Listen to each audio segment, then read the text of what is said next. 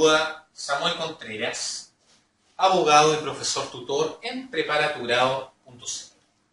Bueno, como nuestra tónica, en realidad, antes de comenzar con las lecciones, corresponde al video de hoy, pero de derecho procesal, vamos a responder, voy a leer en realidad, una consulta que nos llegó al correo de contacto @preparaturado dentro de la semana. Marcela, de la Universidad San Sebastián, nos escribió y nos preguntó lo siguiente. ¿Qué diferencia existe entre el régimen de sociedad conyugal y el de separación de bienes? Bueno, aquí es sumamente importante. Ustedes me entenderán que voy a tratar de ser súper sucinto en el tema, ya que da para mucho. Un tema súper importante, sobre todo cuando usted estudia Derecho de Familia. Los regímenes patrimoniales o matrimoniales son muy preguntados en su examen de grado. Bueno, vamos a decir a grandes rasgos que la sociedad conyugal vendría a constituir la regla general de los regímenes patrimoniales. ¿Por qué digo regla general? Porque cuando usted contrae matrimonio y a falta de pacto en contrario, se presume que usted se casa bajo el régimen de sociedad conyugal. ¿Ya? Respecto de la administración, por ejemplo, en la sociedad, ojo con esto, conyugal, la regla general es que la administración ordinaria la tenga el marido o el jefe de la sociedad conyugal sea el marido. ¿Ya? En cambio, obviamente, acuérdense en la separación de bienes, cada cónyuge administra sus bienes con plena independencia el uno del otro. ¿Ya? La separación también de bienes puede ser total, parcial, en algunos casos convencional. ¿Ya? Dentro de la sociedad conyugal, recuerden que encontramos haberes, ¿ya? O el activo de la sociedad conyugal. Haber absoluto, haber relativo aparente y el haber propio, cosa que no lo visualizamos en el régimen de separación de bienes. ¿Ya? Recuerden ustedes que también en la sociedad conyugal, la mujer, la regla general sería que de manera extraordinaria ella administre la sociedad conyugal o lo haga un curador. Pero hay casos muy, pero muy excepcionales en que la mujer podría administrar de manera ordinaria la sociedad conyugal, ¿verdad? Pero cuando el impedimento del marido no sea de larga e indefinida duración. ¿Ya? Otra cosa importante, que en el régimen de sociedad conyugal usted debe siempre tener claro qué diferencia hay entre bienes aportados y qué diferencia hay entre bienes adquiridos. Los bienes aportados son aquellos que los cónyuges tenían antes de contraer matrimonio y obviamente antes de pactar este régimen. ¿Ya? Y los bienes adquiridos son aquellos que ingresan a la sociedad conyugal cuando esta está vigente. Pero aquí es importante, cuando usted estudie más en detalle el tema, saber qué pasa con los bienes aportados, ya sean muebles o inmuebles, y en qué haber, obviamente, ingresa. ¿Ya? Otra cosa importante es que, de acuerdo al artículo 1723 del Código Civil, se da la posibilidad, ¿verdad?, que sea sustituido por una sola vez el régimen de sociedad conyugal por el de separación total de bienes. Y el artículo mencionado, obviamente, señala una solemnidad que debe efectuarse por escritura pública.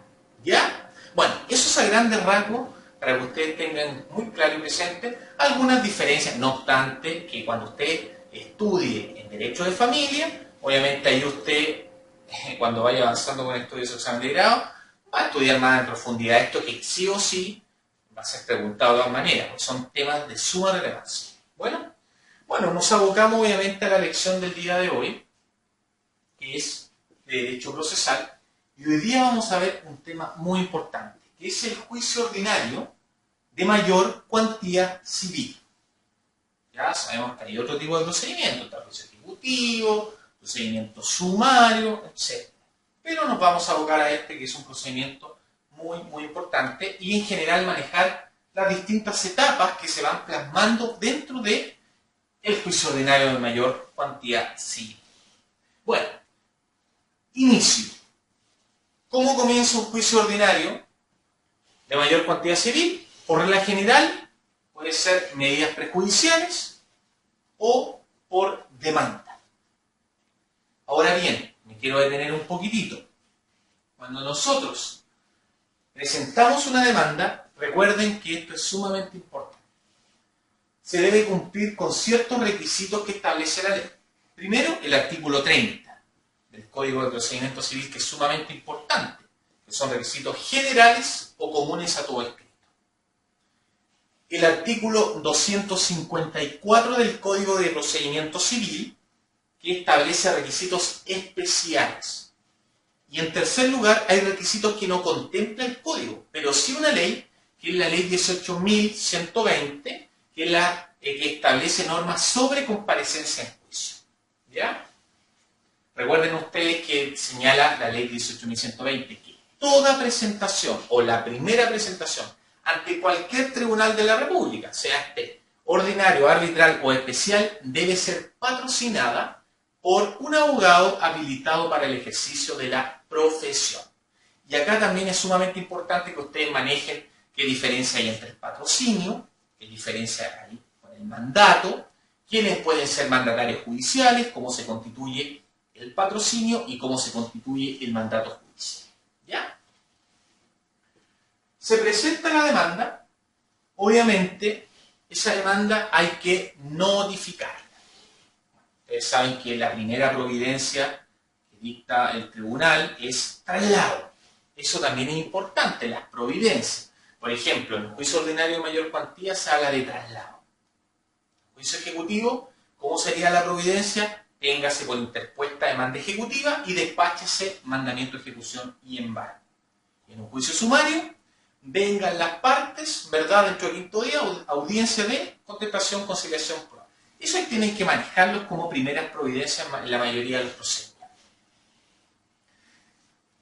El tribunal le da traslado. Recuerden que hay que notificar la demanda, que lo hace un regla general cuando es fuera de las dependencias del tribunal, un ministro de fe llamado receptor. Notifica la demanda. ¿Y qué hago yo como demandado? Y acá es sumamente importante. Muchos autores conocen actitudes del demandado frente a la demanda o teoría de la reacción.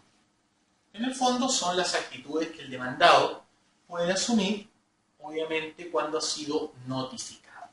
Vamos a partir de la base que el demandado fue notificado, ya fue notificado legalmente. O sea, transcurrió, primero lo hizo el funcionario competente, que es un ministro de fe llamado receptor, y en segundo lugar transcurrió el término de emplazamiento. Recuerden que el término de emplazamiento está tratado desde los artículos 258 y siguientes del Código de Procedimiento Civil. La regla general es que son 15 días hábiles, ¿verdad? Si es que el demandado se encuentra en la comuna que tiene su asiento el tribunal. ¿Qué pasa si a mí me notifican fuera de la comuna que tiene asiento el tribunal, pero dentro del territorio? 15 más 3, 18. Y si a mí me llegan a notificar, por ejemplo, fuera del territorio jurisdiccional, obviamente son los 18 más tablas, y esa tabla no se olviden que la confecciona la Corte Suprema. Y nos situamos en la teoría de la reacción. Recuerden ustedes que la mejor defensa es el ataque. Por lo tanto, si yo quiero contestar la demanda, no puedo contestar a mi antojo, o sea, tengo que cumplir con cierta formalidad. Artículo 30, obviamente, requisitos comunes a todo escrito, el CPC. 309, recuerden que el 254 son requisitos especiales para la demanda, pero el 309 del Código de Procedimiento Civil establece requisitos especiales que debe contener la contestación, y obviamente, si se trata de la primera gestión, también debe ser patrocinada por un abogado habilitado para el ejercicio de la profesión. Entonces, una de las primeras actitudes es contestar. Segundo, puede que yo no haga nada. Si yo no hago nada, obviamente el juicio sigue en mi contra, obviamente en rebeldía, porque yo no hice nada. En tercer lugar, puede ser que yo me allane. Y ese allanamiento, recuerden ustedes, puede ser total o parcial. Y en el fondo allanarse implica en realidad aceptar las pretensiones, tanto de derecho como los hechos y el derecho que se señale en la demanda.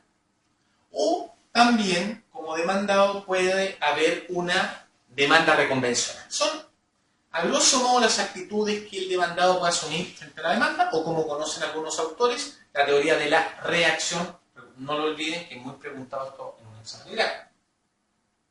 Bueno, sigamos avanzando. Demanda, supongamos que él contesta, puede el tribunal darle un plazo de 6 días para la réplica, dúplica. ¿Y qué hace el tribunal? El tribunal, si estamos hablando que no es obligación que conteste y tampoco es obligación que haya réplica y dúplica, pero pueden darse. Supongamos que se dio todo esto. Entonces el tribunal siempre debe ser muy prolijo y debe analizar, obviamente, y revisar todo lo escrito. Demanda, contestación, réplica, dúplica, y obviamente el tribunal tiene que llamar a conciliación, que es un trámite esencial y obligatorio.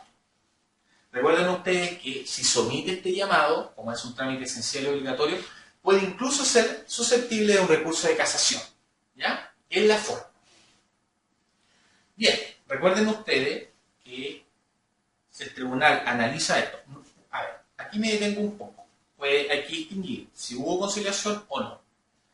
Si hay conciliación, perfecto, se levanta un acta y que adquiere la calidad de una sentencia ejecutoria. Se acabó el procedimiento. Si no hay conciliación, el tribunal debe velar y verificar que los hechos que se desprenden de la demanda, contestación, réplica y dúplica son hechos sustanciales, pertinentes y controvertidos. Y si son sustanciales, pertinentes y controvertidos, ¿qué va a hacer? Va a dictar una resolución que ordena recibir la causa prueba. Y aquí es sumamente importante esto. ¿Por qué? Y yo quiero también ir ligando la materia y relacionándola con otros procedimientos también. La idea es que usted, cuando estudie para su examen de grado, siempre tener presente que le van a ir preguntando cosas y además lo van a hacer relacionar con otros juicios, otras materias. Por eso tiene que manejar muy, muy bien la materia. Ahora, este término probatorio, por regla general, es de 20 días. ¿Ya? Y aquí me detengo un poco. Recuerden ustedes que este término probatorio, esta resolución que recibe la causa prueba, debe notificarse por cédula. Por cédula. Recuerden, a diferencia de las tramitaciones incidentales, por ejemplo, cuando usted tramita una tercería o cualquier otra cosa, siempre ligado al tema de los incidentes, cuando se habla de un término probatorio, recuerden que no se notifica por cédula. ¿Cómo se notifica? Por el estado diario, que, bueno, es la regla general en nuestra legislación en cuanto a materia de notificación. Pero aquí esta se notifica por cédula. Bueno, yo debo y puedo presentar los medios de prueba que la ley me autoriza, que están regidos en el Código de Procedimiento Civil, pero hay una salvedad. Si yo quiero rendir prueba testimonial, debo sí o sí, dentro de los 5 primeros días, presentar mi lista. Porque si no la presento, no hay testimonial, no van a poder rendir los testigos su declaración. Termina el probatorio, obviamente, venció el término probatorio y posteriormente las partes, si lo desean, tienen la opción de hacer observaciones a la prueba. Y las observaciones a la prueba tienen un plazo de 10 días. Insisto, no es obligación que haya observaciones a la prueba, pero si desean, tienen que ceñirse en el plazo y en los parámetros que establece la ley. Posteriormente, se cita las partes de sentencia. Recuerden ustedes que esta resolución que cita las partes de sentencia, como naturaleza jurídica, es una sentencia interlocutoria de segundo grado. Recuerden que estamos relacionando la materia. Recuerden ustedes que el artículo 158 nos da una clasificación de resoluciones, ¿verdad? La sentencia definitiva, los autos, la sentencia interlocutoria y decretos providencio provee. ¿Ya? Y recuerden ustedes que doctrinariamente las sentencias interlocutorias admiten una clasificación como sentencias de primer grado y de segundo grado. Las de primer grado ustedes ya saben, son aquellas que fallan un incidente y a su vez establecen derechos permanentes para las partes. En cambio, las de segundo grado son aquellas que sirven de base o han de servir de base para el pronunciamiento de otra sentencia definitiva interlocutoria. Por lo tanto, cabría hablar de que es una sentencia interlocutoria de segundo grado, sería la naturaleza jurídica de la citación habil sentencia. Finalmente, se dicta la sentencia, pero el tribunal, por regla general, dispone de 60 días para dictar la sentencia. ¿Ya? Ahora, recuerden ustedes que no basta que se dicte una sentencia. La sentencia, para que produzca efectos, debe ser notificada. Por eso la notificación tiene una real importancia y una gran importancia a su vez, porque es la forma en cómo van a producir efectos las resoluciones judiciales. Y obviamente también deben manejar ustedes que una vez que se notifica, obviamente, la sentencia, ver, obviamente, si es susceptible de algún recurso. Y posteriormente, la fase de la ejecución, donde yo tengo que ver si me voy a someter al cumplimiento incidental del fallo o si está dentro de cierto periodo al juicio ejecutivo. Esto, a grosso modo, ustedes deben manejarlo, las etapas, y lo que yo en el fondo ahora les expliqué es para que ustedes solamente manejen de manera esquemática y bien sólida también el esquema del juicio ordinario de mayor cuantía. No te olvides, síguenos, suscríbete y comparte en nuestras redes sociales. Y cualquier duda o consulta nos escribes a contacto@preparatugrado y semana tras semana iremos respondiendo tus dudas y consultas. Y ahora puedes seguirnos en Twitter. Nos vemos, que estés bien.